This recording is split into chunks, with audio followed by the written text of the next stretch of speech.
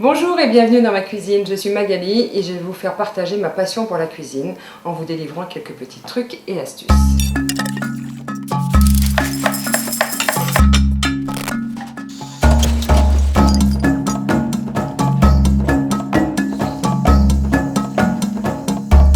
Nous allons donc réaliser une délicieuse glace au chocolat. Au départ, nous allons mettre le lait avec le chocolat. Je vais faire fondre ça à feu doux, ça va prendre à peu près 3-4 minutes. J'allume ma plaque, feu assez doux. Pendant que ça cuit, je vais aller m'occuper de mes œufs et de mon sucre. Le principe est de faire une crème anglaise au chocolat. Une fois que mes œufs et mon sucre sont bien mélangés, je vais maintenant aller voir mon chocolat et mon lait.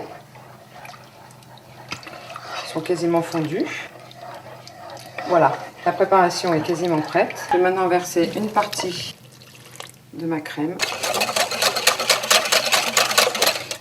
Voilà, et je vais, avec la maryse qui permet de tout récupérer, je vais tout reverser. Et on va terminer la cuisson jusqu'à ce que la cuillère soit nappée. Le chocolat reste dessus. Voilà, une partie de la préparation de ma glace au chocolat est prête. Je vais maintenant la laisser refroidir à température ambiante avant de la mettre 2 heures au réfrigérateur. Voilà, donc maintenant nous allons préparer notre crème chantilly qui ira donc avec la préparation au chocolat. Pour être sûr de réussir votre crème chantilly, vous devez absolument mettre votre récipient au congélateur, idéalement 1 heure avant, comme ça vous le récupérez, il est bien glacé. J'ai donc mes 10 centilitres de crème fraîche entière liquide. Si vous prenez une crème semi-épaisse, vous êtes sûr de rater votre chantilly. Je la verse dans mon récipient et donc je monte ma chantilly.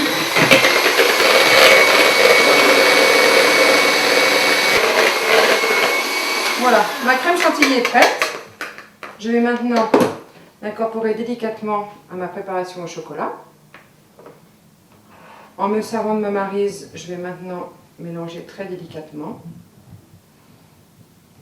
Je vais maintenant disposer la crème dans la cuve qui est bien fraîche puisque j'ai allumé ma sorbetière 5 minutes avant, ce qui permet un refroidissement de la cuve. Pour verrouiller votre sorbetière, c'est très simple. Il suffit de prendre le moteur mélangeur.